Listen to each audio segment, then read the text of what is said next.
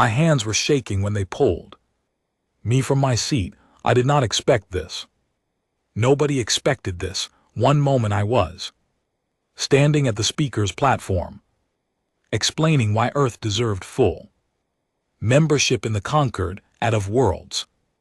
The next moment, 3 guards in golden armor were dragging me across the polished floor while 14 alien delegates watched in silence.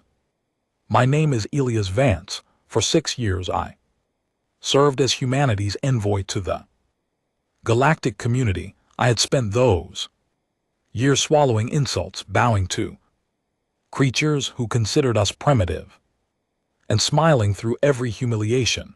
I did it because my daughter Maya, back home on Earth, needed a peaceful galaxy to grow up in. I did it because my wife, Clara, believed in me. I did it because I thought diplomacy could work. I was wrong. The grand chamber of the neutral station floated in empty space, far from any star. It was built to be a place of fairness where all species could speak as equals, but fairness, I learned too late, is only a word when the powerful choose to honor it. Just minutes earlier, I had been presenting Earth's case. I spoke about our medical advances. I offered our terraforming technology to worlds suffering from dying soil. I promised peaceful cooperation. My voice was calm.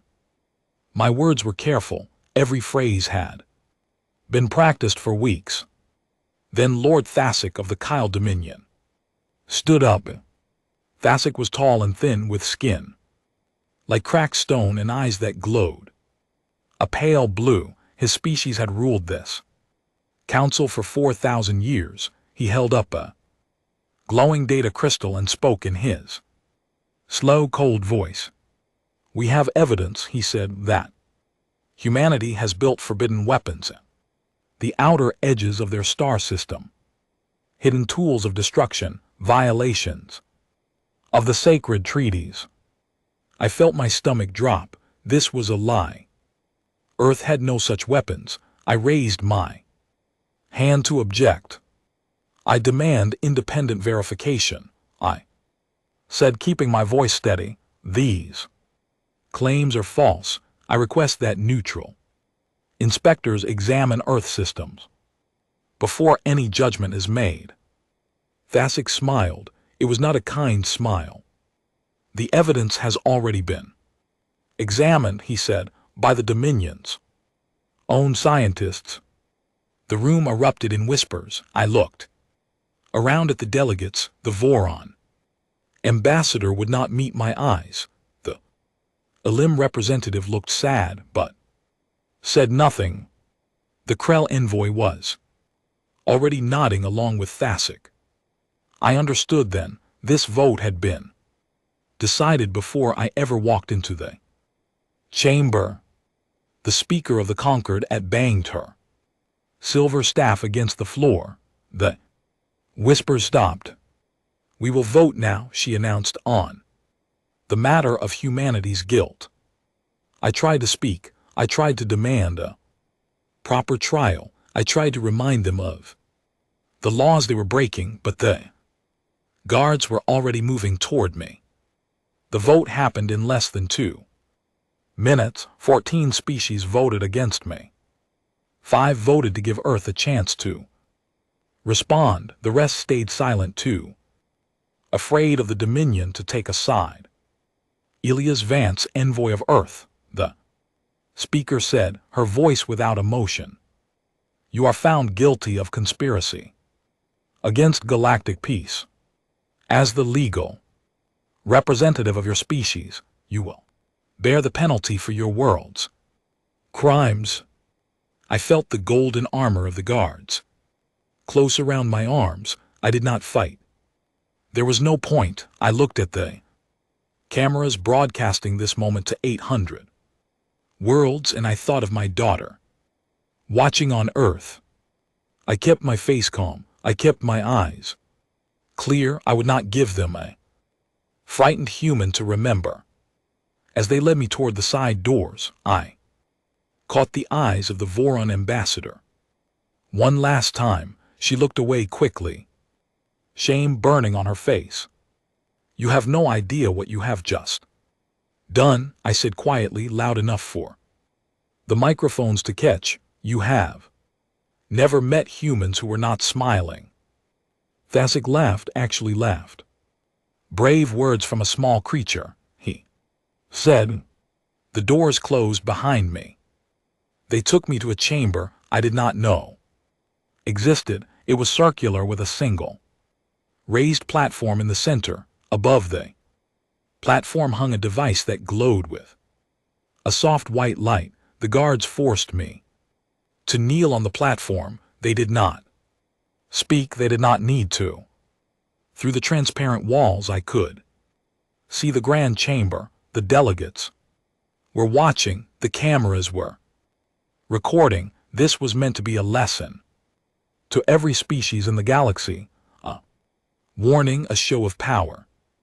I thought about Clara. I thought about Maya. I thought about the letters I had written to them but never sent, still sitting in a drawer in my quarters.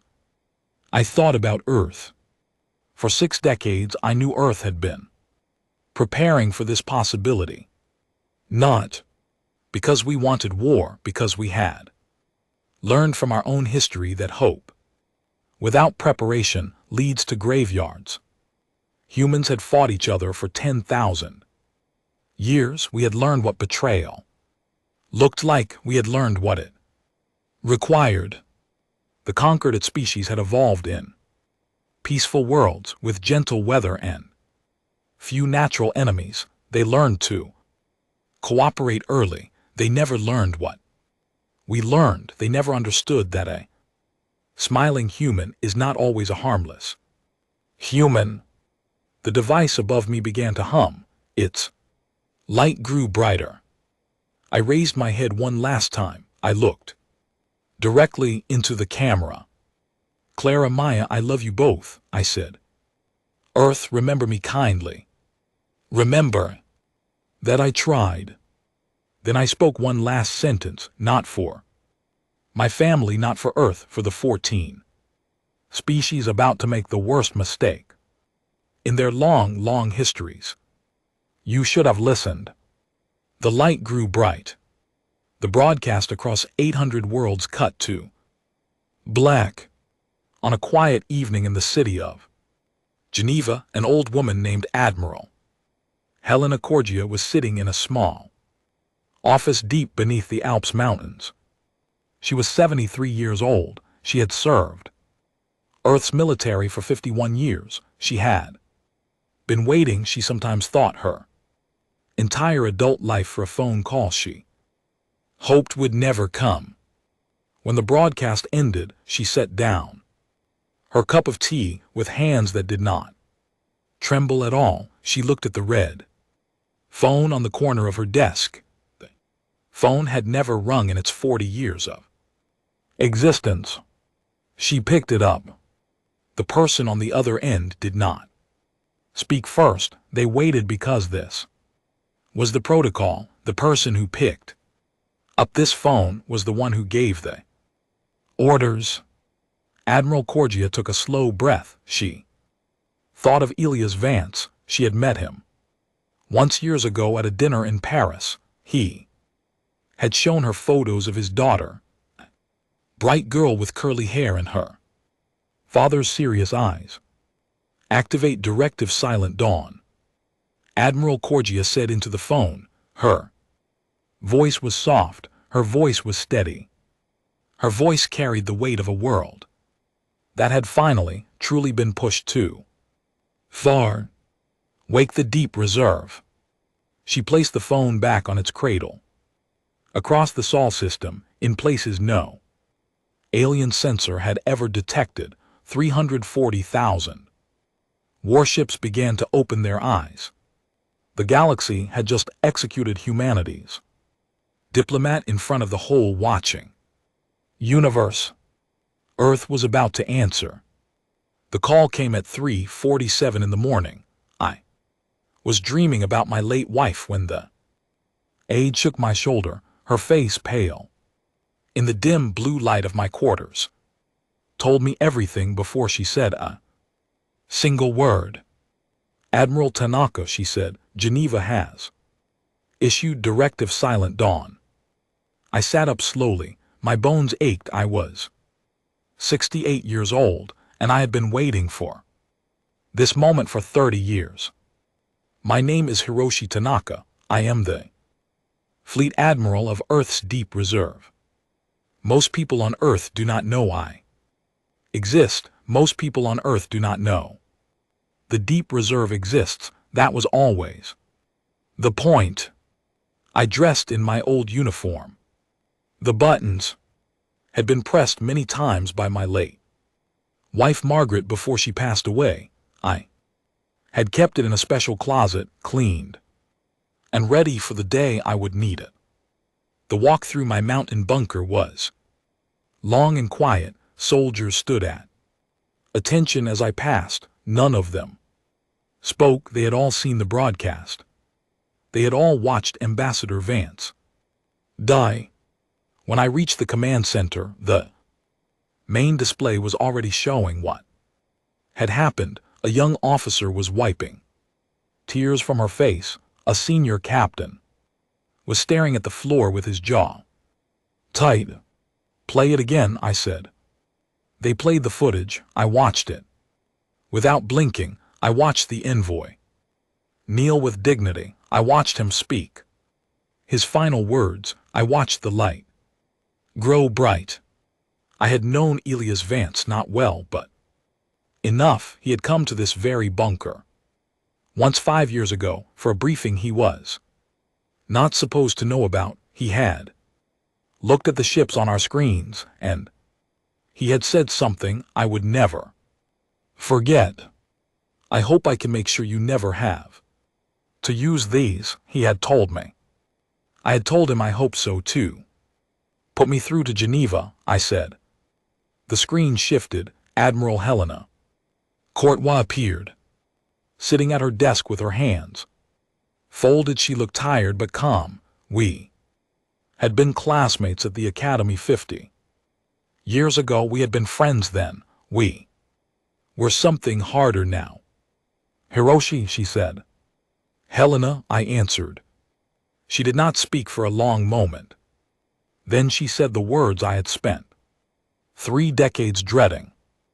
Directive Silent Dawn is authorized. Full activation of the Deep Reserve. You have operational command. Understood. Hiroshi, her voice cracked slightly. My advance watched her father die on the evening news. She is 7 years old. I closed my eyes for 1 second, only one. I understand the mission, Admiral. Do not target civilians. Do not target medical centers. Do not target food supplies. Do not become what they became, but everything else, Hiroshi.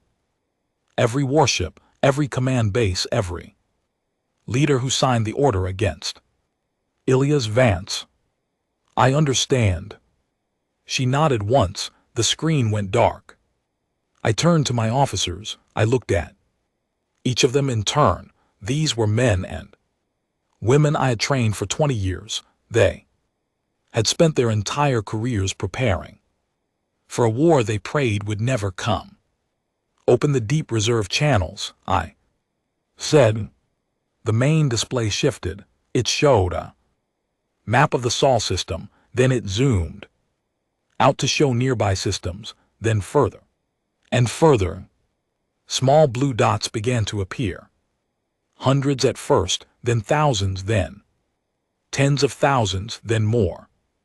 The Concordat believed Earth had perhaps 40 warships. That number was correct. In a way, we had 40 warships that anyone was allowed to see. The Deep Reserve had 340,000. They were hidden in the shadows of rogue planets drifting in cold orbits beyond the reach of any scanner. They were parked in deep space, their engines cold, their crews in long sleep. They had been built over 6 decades by a world that smiled at the galaxy while never ever forgetting what betrayal looked like. For we remembered, humans remembered. We remembered the wars of our own history. We remembered the treaties that were signed and broken. We remembered every time a peaceful promise ended ashes, and when the galaxy welcomed us with polite words and secret contempt.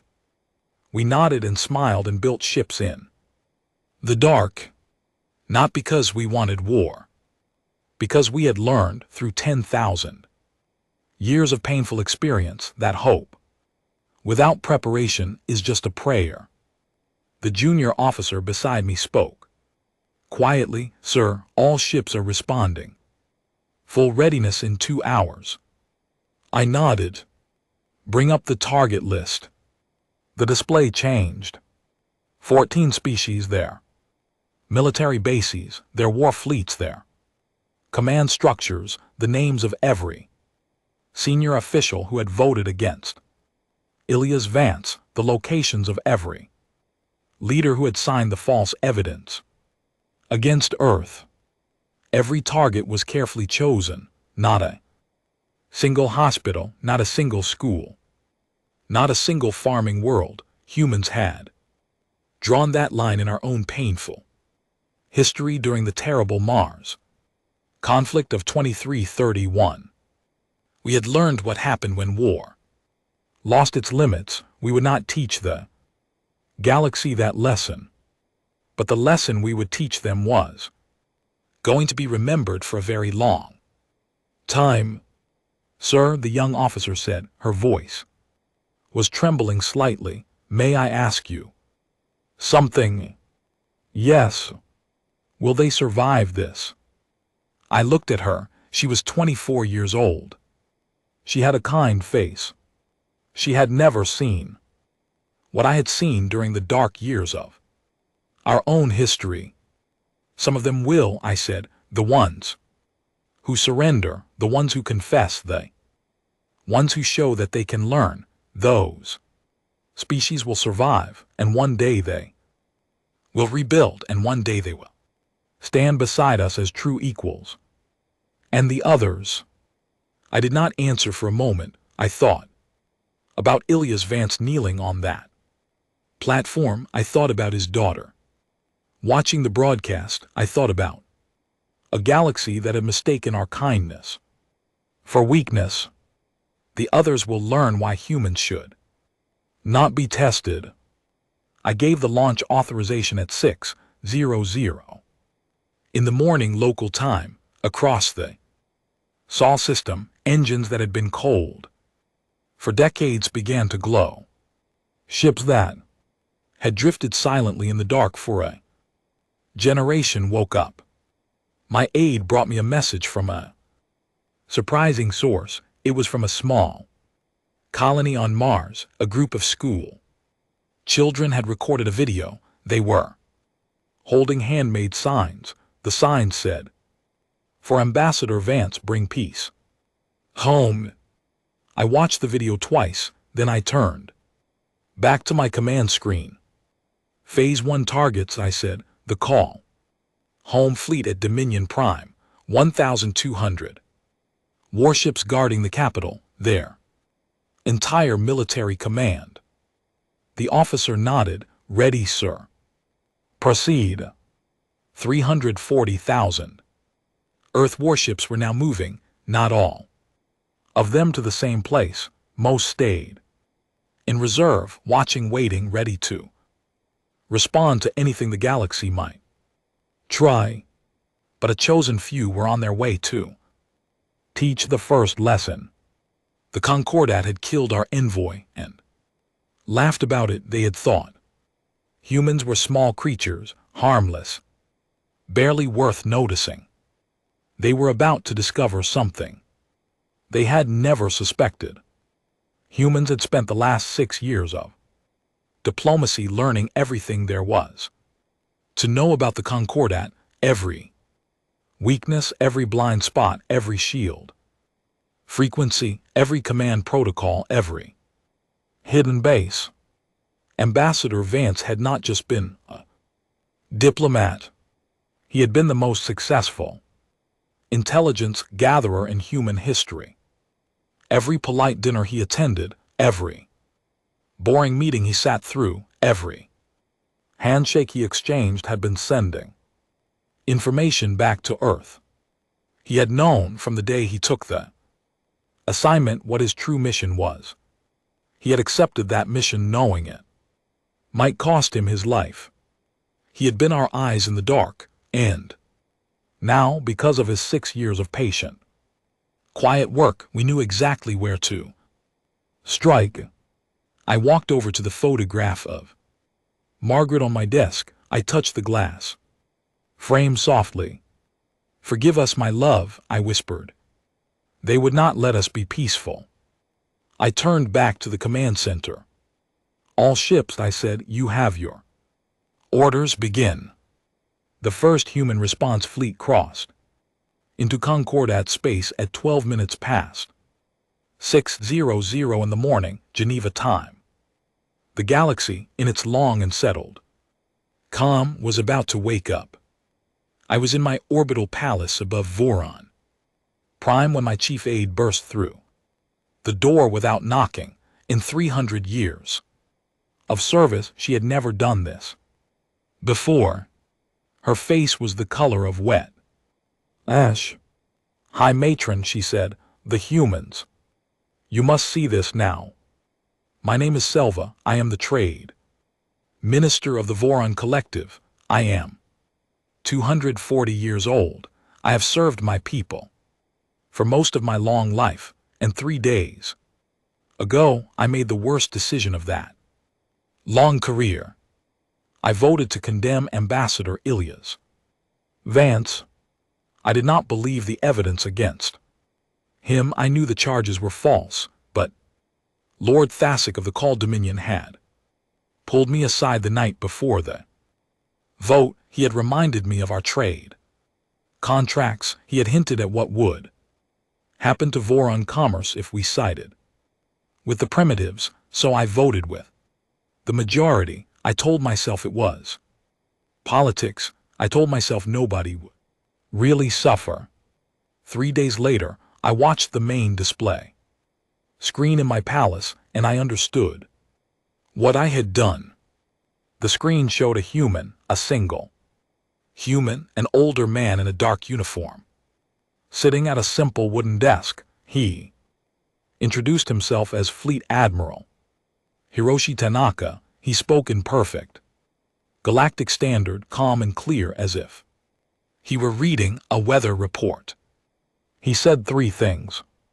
First, that Ambassador Vance had been innocent and that his death had been a planned action by beings who chose fear over fairness.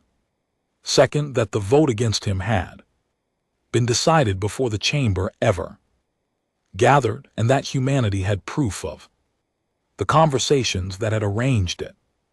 Third, that Earth had issued response orders against the military forces and leaders of the 14 species who voted for the killing, not against civilians, not against children, not against hospitals or schools or farms, but against every warship, every command base, and every official whose name was on the signed document.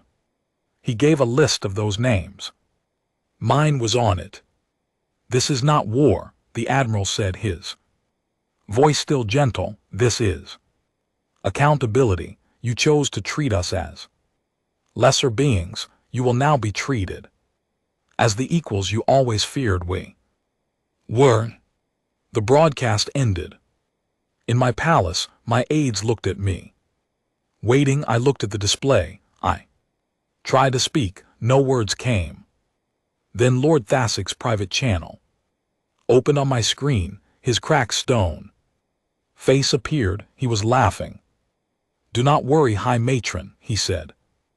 "The humans are bluffing. Their fleet is small. My home guard alone has 1,200 warships. We will discipline these monkeys within the week, and this embarrassing broadcast will be forgotten. I wanted to believe him. My whole body wanted to believe him. Lord Thasic, I said carefully, are you certain? They seemed very calm. Calm is the mask of the weak, he said. They are trying to frighten us. It will not work. The connection ended. 6 hours later, the call home fleet stopped existing.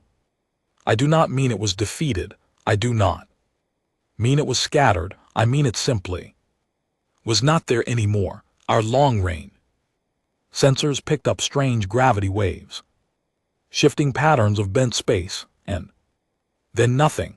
1,200 warships gone in less than 4 minutes. I sat in my palace in complete silence. My aides did not speak. The whole room felt like it was holding its breath. Reports began to come in from other systems. The Krell Dominion had lost its central command station above their homeworld. Not damaged, removed. Sensor records showed a single human ship appearing, broadcasting a warning to evacuate, waiting 10 minutes for the station staff to escape in life pods, and then hitting the empty station with a weapon we had no name for. The station had been reduced to a fine cloud of dust. Every crew member had survived because the humans had given them time to leave. The Ithran fleet, which had been hunting for the human response force across 3 systems, was ordered to return home. They had found nothing. The humans were moving too fast, striking too precisely, and disappearing before any of our ships could close the distance. In 18 hours, the humans destroyed 30 military targets across 11 systems without losing a single ship, 34 without a single loss, and not one civilian had been harmed. Not one. I thought about what this meant. The humans could clearly have harmed civilians if they wanted to. They could have turned cities to ash. They could have made their revenge terrible beyond measure. Instead, they were being careful. Each strike was precise. Each target was a warship or a command center. Each enemy crew was given a chance to surrender. This was not rage. This was something far worse. This was a species showing us with cold patience that they could do anything they wanted and were choosing to do only this much. I began to understand. Humans were not weak. Humans were not primitive.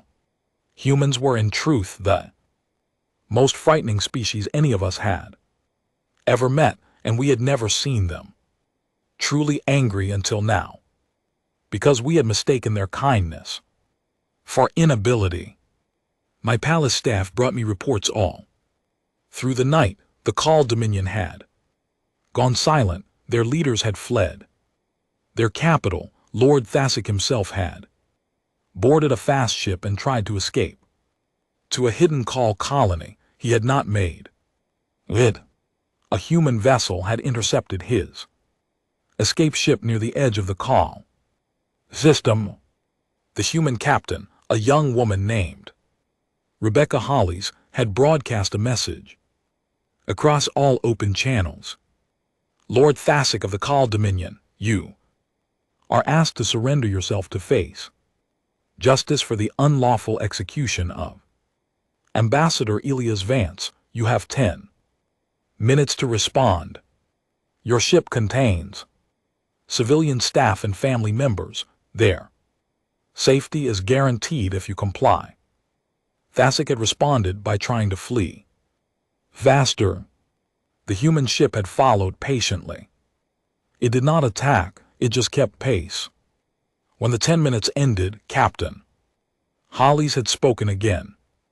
Lord Thasic, your ship cannot outrun us. Your escape is not possible. Please do not force us to harm those who are innocent around you. He had finally stopped. The civilians aboard had been taken to safety. Thasic himself had been placed in custody. I watched the footage of his surrender. On the news, he looked old, afraid. Fearsome lord who had ruled the Concordat for 40 years looked, for the first time, like a man who had made a very bad mistake. I finally understood what I needed to do. I called my aides together. Open a direct channel to Earth, I said, to whoever will receive it. I wish to make a statement. My senior aide hesitated. High Matron. They may not answer. They may consider us enemies. Then we will find out what kind of enemies we have become. The channel opened. I recorded my message myself. No writers, no advisors. Just me speaking to the screen. To the people of Earth, I said, my name is Selva, High Matron of the Vorum Collective. 3 days ago I voted to condemn your envoy to death. I knew the evidence was false. I voted anyway. I was a coward and I chose my trade. Contracts over my principles. I will not ask for mercy for myself. I ask only for my people. They did not vote. They did not decide. I did. If there is to be punishment, let it fall on me, and let the Vorum Collective itself be allowed to continue. I will surrender myself to your custody. Without resistance, I will face whatever judgment your world requires. I sent the message. My aide stood in shocked silence. The reply came back within an hour, but it did not come from Admiral Tanaka. It came from a name I did not know. Clara Vance, widow of Elias Vance. Her message was short, 3 sentences. Only, I read them on my private screen. Alone in the dim light of my palace. My husband spent 6 years trying to help. You see us as equals. You chose not to. Now you will see us as we truly are. Prepare your surrender or prepare your apologies. I sat in silence for a long time after reading those words. I understood at last what kind of species we had awakened, not conquerors, not destroyers, something far more patient. Humans had offered us their kindness freely as a gift. We had spat on the gift. Now they were taking it back carefully and precisely, showing us exactly what it had been worth. I closed my eyes. I thought of Ambassador Vance sitting at his dinners, smiling politely at people like me who had dismissed him. I thought of how he must have felt, carrying the hopes of his whole world on his shoulders, watching us sneer at him. I thought of his wife reading those 3 sentences into a camera with her husband's killers watching. I made my decision. I recorded a second message. This one was to my own people. Citizens of the Vorum Collective, I have committed a grave error. I will surrender myself to the humans for judgment. Our collective will cooperate fully with the new order they establish. We will dissolve our military command structures as they require. We will pay the reparations they ask. We will accept their terms because their terms are just. I paused. And to any leader of any species who is still debating whether to resist the humans, I offer you this wisdom bought with my own shame. You cannot win. You were never going to win. You did not understand them when they were smiling, and you do not understand them now. Surrender, confess, ask for their judgment. It is the only path that leads to a future. I sent the message. Across the Vorum Collective, my people began to lower their shields. Military bases broadcast signals of non-resistance. Officers laid down their command codes. 7 of the other 14 species, seeing our example, began to follow. Not all of them, some were still trying to fight, some were still sending fleets. Against the humans, those fleets one by one stopped reporting in. I prepared myself for the arrival of the human ship that would take me into custody. I did not pack much, a few personal items, a small portrait of my late daughter who had died many decades ago. I would not need more where I was going. Before the ship arrived, I recorded one final personal note. I sent it to my former aide, the one who had burst into my office 3 days ago. Remember this, I told her, the humans did not change, they were always this. They simply stopped smiling. Do not ever forget what that cost us, and do not ever let our children grow up believing that kindness is weakness. The humans taught us the truth of that lesson. We must never need to learn it again. I walked out to the landing pad. The human ship was already descending through my palace's atmosphere. I never asked for any of this. I want anyone who hears this, anyone who learns about these events long after I am gone, to know that I never asked to become the face of my world's answer to the galaxy. My name is Clara Vance. I was a xenolinguist. I studied alien languages. I taught university classes. I made breakfast for my daughter every morning. Before school, I was and still am just a person.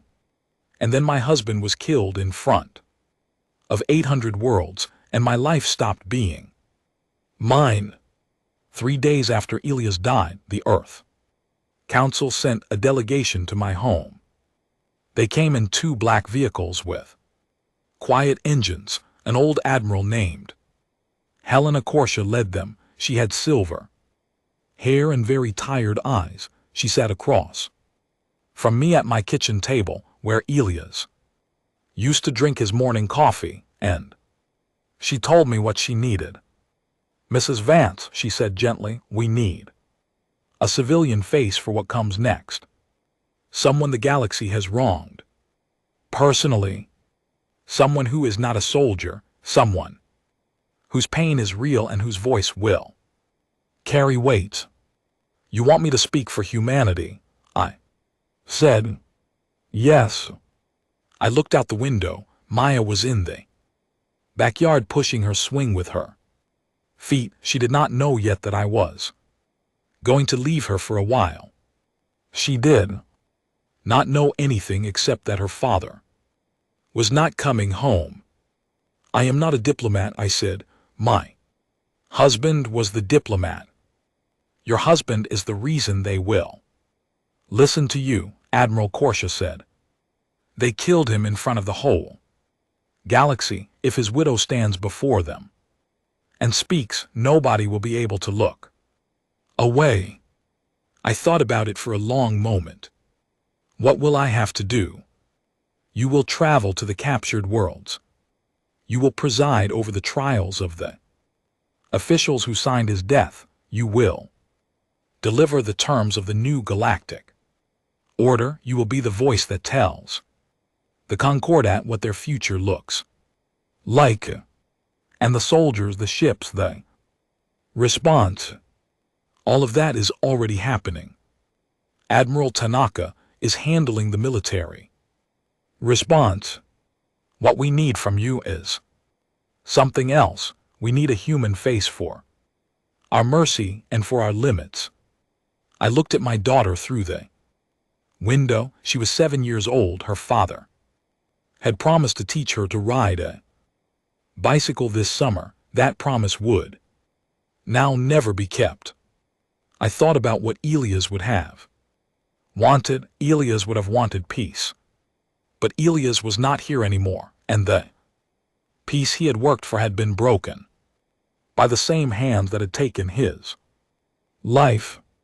Peace now required something Elias had not lived to deliver. It required truth.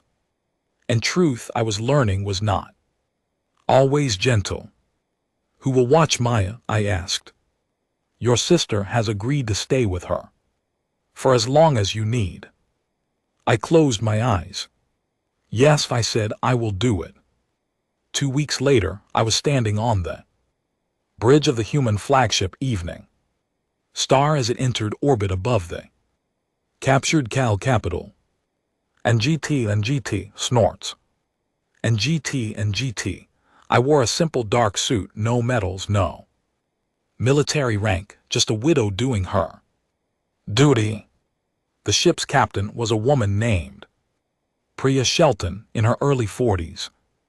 Kind-eyed but serious, she had lost a brother in the Mars conflict 20 years ago. She understood grief. She did not try to give me false comfort. Mrs. Vance, she said as the planet spun slowly beneath us, the tribunal chamber is ready. The first group of officials is prepared for questioning. Are you ready to begin? No, I said honestly, but I will begin. Anyway, the Cal capital had once been a beautiful city. It still was in its own strange way, but now human peacekeepers walked its streets, keeping order. The old government had collapsed. The citizens were frightened but unharmed. Humans had been very careful about that. I was taken to the tribunal chamber in a quiet convoy. I walked through the captured halls where Lord Thasic had once ruled. The walls still bore the marks of precision strikes, small and exact, where human weapons had removed military targets without touching anything else. I stopped once to look at such a mark, a perfectly clean hole through a command station right next to a civilian art gallery that was completely untouched. The precision was almost unbelievable. The tribunal chamber was large and round. The captured officials were brought in one by one to face questioning. My role was not judge. I was a witness, a voice, and in some cases the final decider of mercy. The first day was hard. I questioned 12 senior officials. I asked each one the same 3 questions. Did you know the evidence against Ambassador Vance was false? Did you vote against him anyway? Do you wish to confess and show remorse? Some confessed, some did not. Those who confessed and cooperated fully were sentenced to years of rebuilding work, helping construct schools and hospitals on human colony worlds. Those who lied or refused to acknowledge their actions were sentenced to long imprisonment on remote penal colonies. None of them were harmed. Humans did not repeat the wrong that had been done to us. On the 4th day, I questioned High Matron Selvera of the Vorin Collective. She walked into the chamber slowly. She was a tall, thin being with silver skin and wide, sad eyes. She did not wait for my first question. I voted against your husband, she said. Immediately, I knew the evidence was false. I voted anyway because I was afraid of Lord Thasic. I am guilty. I will accept any punishment. I looked at her for a long time. Why did you surrender yourself so quickly? I asked. Because the day after my vote I could not sleep. The day after that I could not eat. The day after that I understood what I had done. And when your Admiral Tanaka's broadcast ended, I understood what it would cost. I did not surrender because I was afraid of you. I surrendered because I was ashamed of myself. I considered her carefully. High Matron, I said, you will serve 30 years of service on human colony worlds, rebuilding what your complicity helped to destroy. You will not be harmed. When your sentence ends, you will be free to return to your people if they will still have you. She bowed her head. Thank you, Mrs. Vance. Do not thank me, I said. Thank yourself. You confessed before judgment. Fel, that matters. Humans understand the difference between strategic surrender and real remorse. You showed real remorse. That is why you will live to see the end of your sentence. She was taken from the chamber. I watched her go with a strange feeling in my chest. I did not forgive her. I was not sure I would ever forgive any of them, but I understood more than ever what Elias had meant when he wrote in his journal that humans were not here to become what had been done to us. On the seventh day, they brought in Lord Thasik. He walked into the chamber in simple prisoner clothes. His cracked stone skin looked duller than it had in the broadcast. His pale blue eyes still burned, but the fire in them was now a smaller thing. He did not bow. He did not kneel. He stood tall and proud, because pride was all he had left. He spat at my feet. Monkey in a suit, he said. The guards moved to correct him. I raised my hand to stop them. Lord Thasik, I said calmly, I will ask you one question. Why did you arrange my husband's death? He smiled. It was the same smile I had seen on the broadcast, cold and empty. To keep your kind in your place, he said. Your species should never have been granted a voice. We were going to make an example of you, to remind the galaxy what happens when primitives rise too high. I nodded slowly. Thank you for your honest answer, I said. The galactic press had expected me to order his death. They had prepared their headlines. The entire Concordat was waiting to see if humans would do to Thasik what he had done to Elias. I looked at him for a long moment. I thought about Elias. I thought about Maya, who would grow up without her father. I thought about every person who had loved someone who was taken too soon. Lord Thasik, I said, you will spend the rest of your life on a human penal world. You will be given work to do. You will be given meals. You will be given medical care. You will not be harmed. You will simply live every day for the rest of your long life knowing that the species you tried to destroy chose not to destroy you. That knowledge is your sentence. May it teach you something. Before the end, the chamber was silent. Thasik stared at me for the first time. Something like real fear crossed his face. He had expected death. He had prepared himself for it. He had not prepared for this. This is crueler than death, he whispered. No, I said, it is simply justice. You would not have understood death. You may eventually understand this. They led him away. That evening, I sat alone in my quarters. On the evening star, I opened my husband's journal, which I had brought with me across many systems. I turned to the last entry he had written before leaving Earth for the fatal meeting. The last line on the last page read, "If I fail, let humanity be better than what broke me. Let us build, not burn." I closed the book. I pressed it against my chest, and for the first time since his death I allowed myself to cry, not the quiet tears of the widow, the heartbreaking sobs of a wife who had lost her husband and could not bring him back no matter what justice I delivered. Maya was far away on Earth, probably sleeping. I thought about how I would explain all of this to her one day. I thought about how she would remember her father. I hoped she would remember him as he was, a kind man who tried to build bridges, and not as the symbol he had become. The next morning, I began preparing my speech for the new Galactic Assembly. The day of the assembly came 3 months. Later, delegates from 43 species gathered at a new neutral station built by human engineers in just 8 weeks. Old chamber, where Ilias had died, had been closed.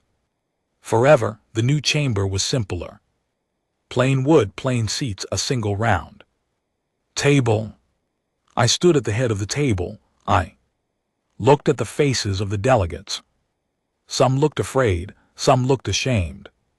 Some looked hopeful, all of them looked at me like I had the power of life and death in my hands, and perhaps in that moment I did.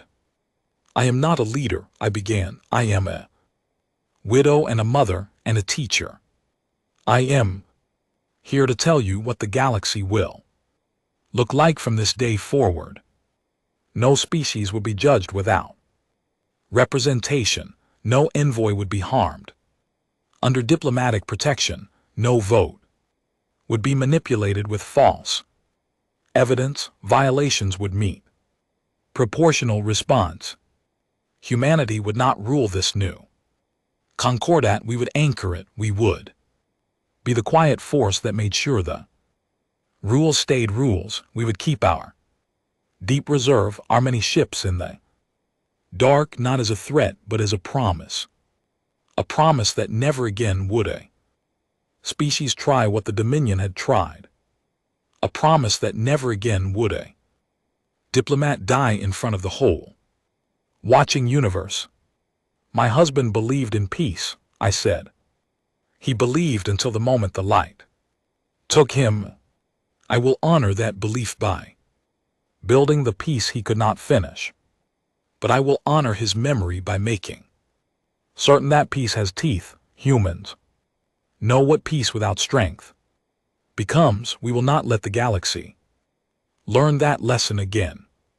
I sat down. The delegates were silent for a long moment. Then one by one, they stood and pressed their hands to their hearts, or whatever each species used for that gesture. 43 species together, acknowledging a new order.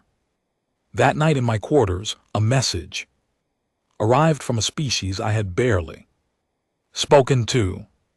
The Illuminator. They had abstained from the original vote against Ilias. Their ambassador, a quiet being named Van, sent a simple question. What do humans want the galaxy to look like?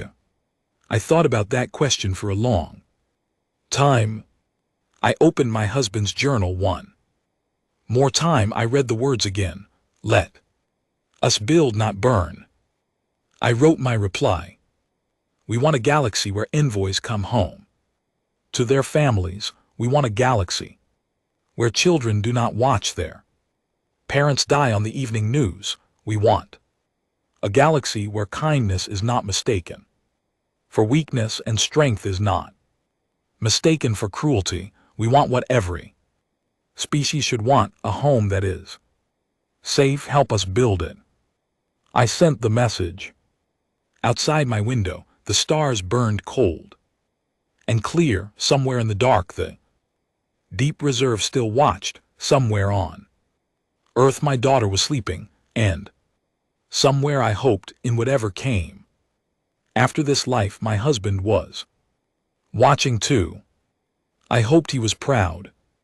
I am standing in the new grand chamber of the neutral station, and I am about to give the most important speech of my life. I am 34 years old. My hands are steady. My voice is ready. My father has been gone for 27 years. My name is Maya Vance. I'm a historian. Today, I am delivering the keynote speech at the ceremony marking the 27th anniversary of the Human Charter. The chamber is full. 43 species are in attendance. Nobody is armed. Nobody needs to be. I was 7 years old when my father was killed. I remember the evening clearly. I was sitting on the living room carpet, playing with a wooden puzzle my grandfather had carved. My mother was in the kitchen making soup. The news program was on the television in the background.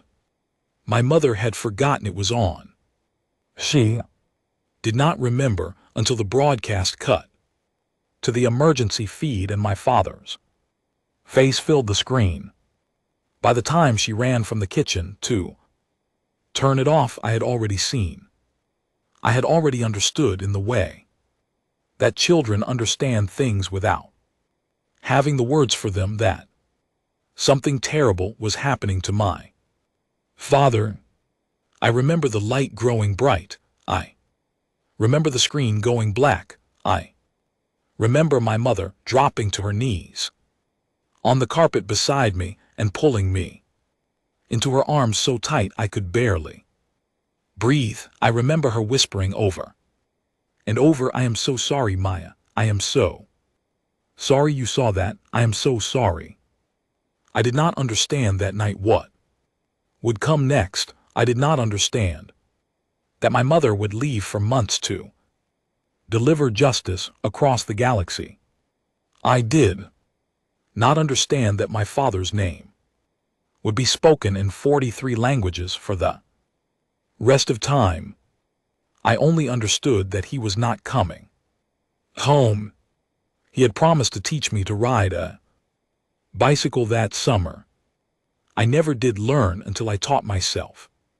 When I was 9, I did not want anyone else to teach me. That was supposed to be his job.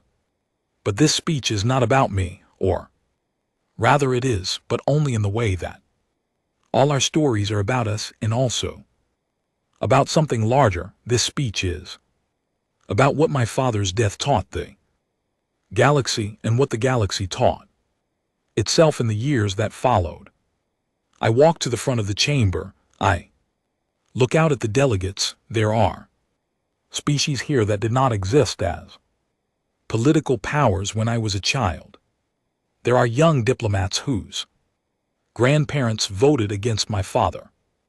There are also survivors, old beings, now who remember the 40-day response as a living memory. I take a breath. Honored delegates, I begin. I stand before you today not as the voice of Earth, but as the daughter of a man you killed, and the daughter of a woman who taught you how to live with what you had done. The chamber is silent. My father believed until his final breath that peace was possible. He believed that species could set aside old hatreds and build something better together. He believed this even when it became clear that many of you did not believe it. He continued to believe it right up until the moment the light took him from me. I pause. My mother believed something different. My mother believed that peace is possible, but only when built on a foundation of honesty. She believed that species who pretend to be friends while preparing to betray you are not friends at all. She believed that the kindest thing humans could do for the galaxy was to stop lying to ourselves about what we were capable of. Her beliefs were harder than my father's, but her beliefs were what allowed all of us to be sitting in this room today. I walk to the side of the podium. Large display behind me shows images from the 40-day response, ships of the Deep Reserve, precision strikes that missed every civilian target, the peaceful surrender of 7 species in under 2 weeks. There is a story our historians do not often tell. I say, during the 40-day response, humans destroyed more than 1,200 enemy warships. We captured more than 30,000 enemy military officers. We removed from power every leader who had signed the false evidence against my father. I pause again. And in all of that action, we killed no civilians, not one. Some were wounded in collateral incidents. We compensated every family. We paid for every injury. We apologized in person through Delegates sent to every affected world. We did what no victorious military in galactic history had ever done. We treated the defeated as we wished we had been treated. I look at the delegates. This was not weakness, this was the opposite of weakness. This was the strongest thing our species has ever done, because it would have been so much easier to become what you expected us to become. It would have been so satisfying to pay back the cruelty in kind.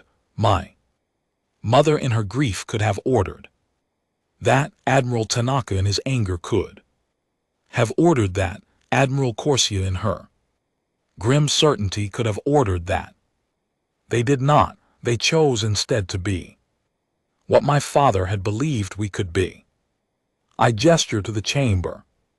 That is why we are all here today, not because humans were kind, because humans were both capable of terrible things and chose not to do them. That choice is what peace looks like, not the inability to harm, the refusal to harm held by beings who could do worse. I let those words hang in the air. Before the 40-day response, most of the Concordat believed that civilization meant the loss of the capacity for violence. My father once wrote in his private journal that this belief was the galaxy's greatest weakness. A species that cannot harm is not peaceful, it is simply harmless. A species that can reduce worlds to ash and chooses instead to build hospitals on them is something else entirely. That is the species my father believed we could be. That is the species my mother proved we already were. I walked slowly back to the center of the podium. My father loved the galaxy, even the parts of it that did not love him back. He studied your cultures, he learned your languages, he sat at your dinner tables and laughed at jokes that did not translate well just to make you feel seen. He was not a soldier pretending to be a diplomat, he was a true diplomat, the best our species has ever produced. And when you killed him, you did not kill a spy or a warrior, you killed a man who genuinely wanted to help you. My voice stays steady. I have practiced this for weeks. That is what makes the 40-day response so important. We did not strike back in rage at enemies we hated, we struck back in sorrow at friends we had hoped to make. The difference matters. It matters because rage demands more rage. Sorrow eventually can learn to forgive. I look at the delegates again.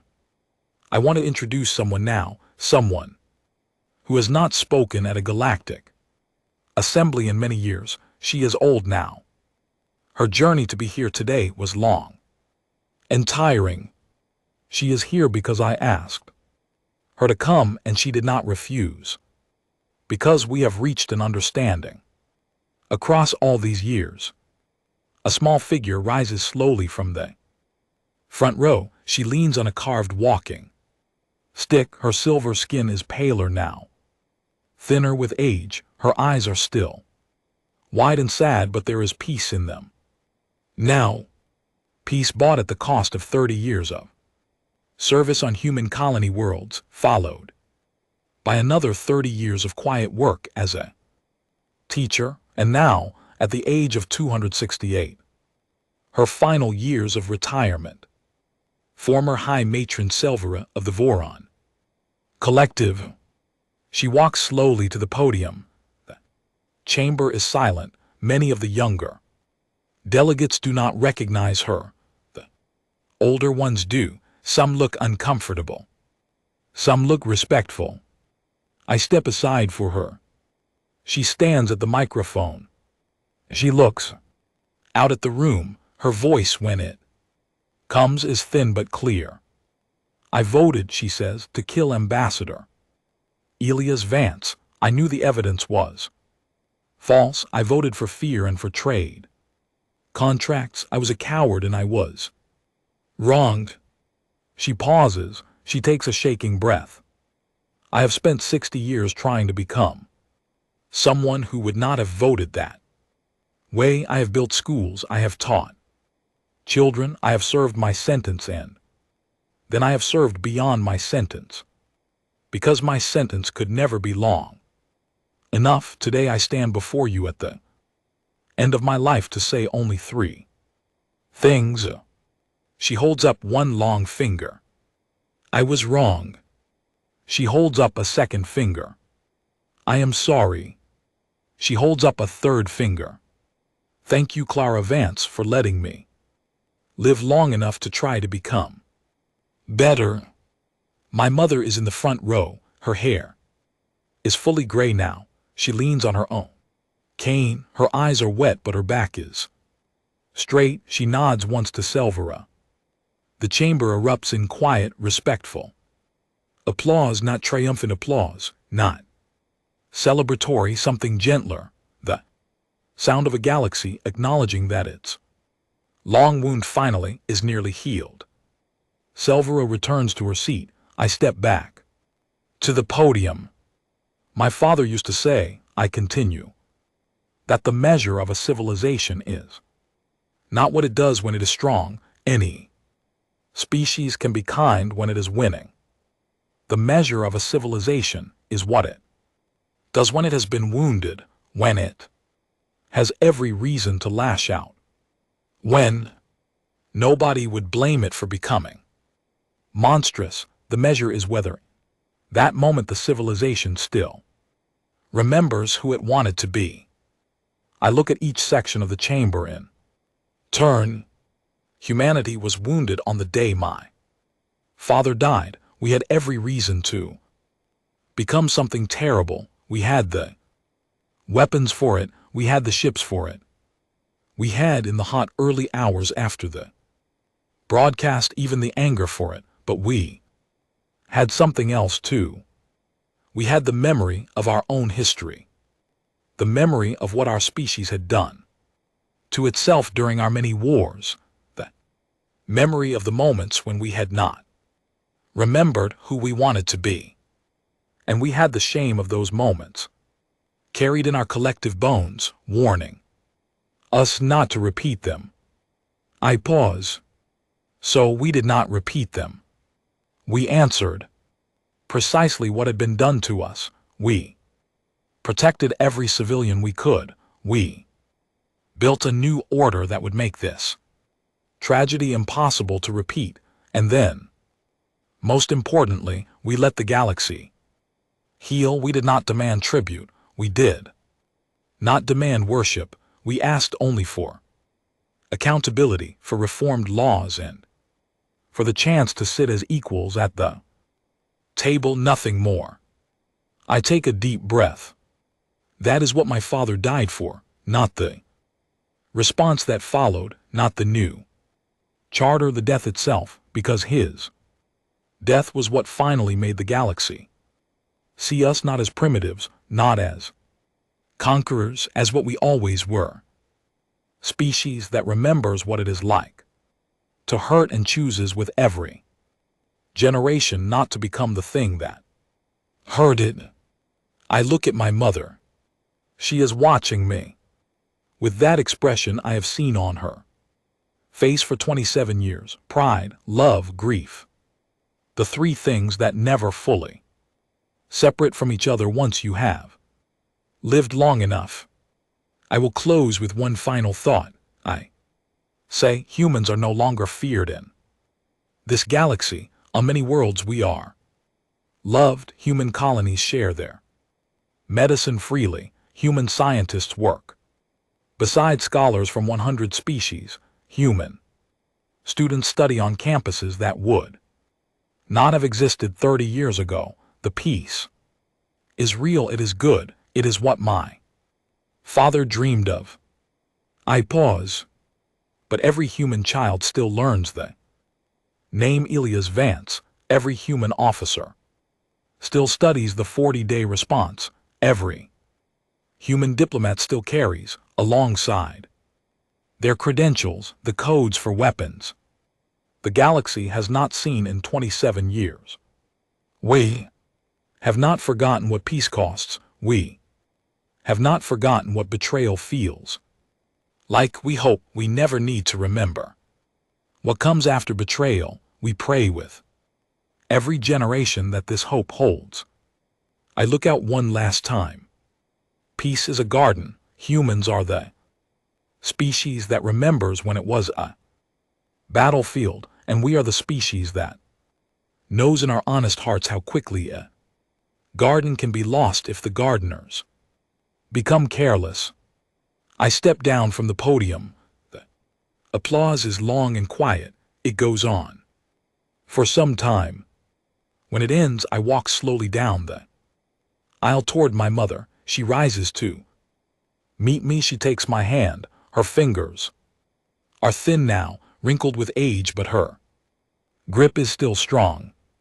Together, we walk out of the chamber. Above the station, visible through the transparent dome of the connecting corridor, the stars of 43 civilizations glitter in peace somewhere out there. In the cold dark between the systems, the deep reserve still watches, still waits, still hopes it will never be needed. My mother squeezes my hand. He would have been proud of you, she says softly. He would have been proud of you too. I answer. She smiles. It is the smile of a woman who has lived through the worst possible thing and come out the other side, carrying the light of her love with her, refusing to let the darkness have the last word. We did not inherit this galaxy, Maya, she says, and her voice carries the weight of every year she has lived since that terrible night when I was 7. We earned it. We paid for it with your father's life and with the lives of everyone the Dominion took before him. And we will never, ever let the galaxy forget what would cost. We keep walking, mother and daughter, through the corridor under the stars.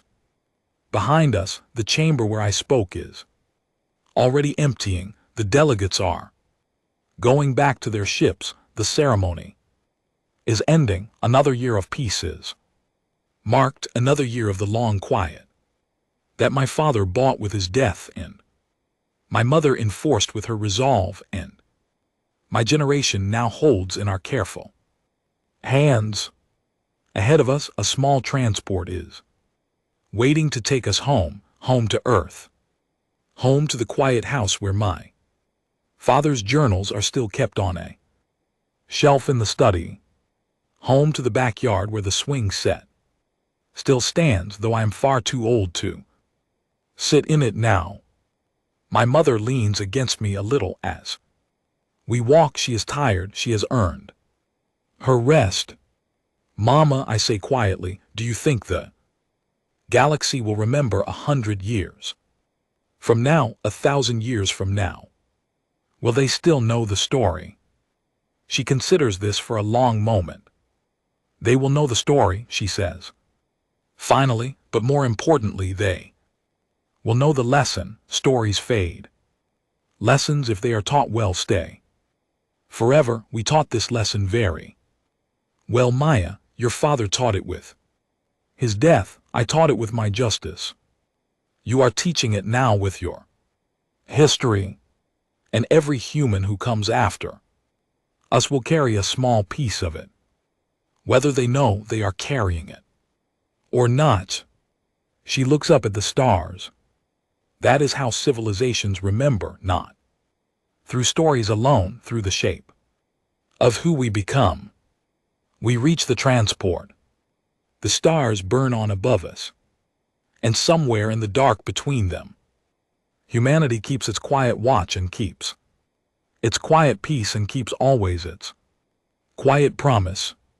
Never again. The end.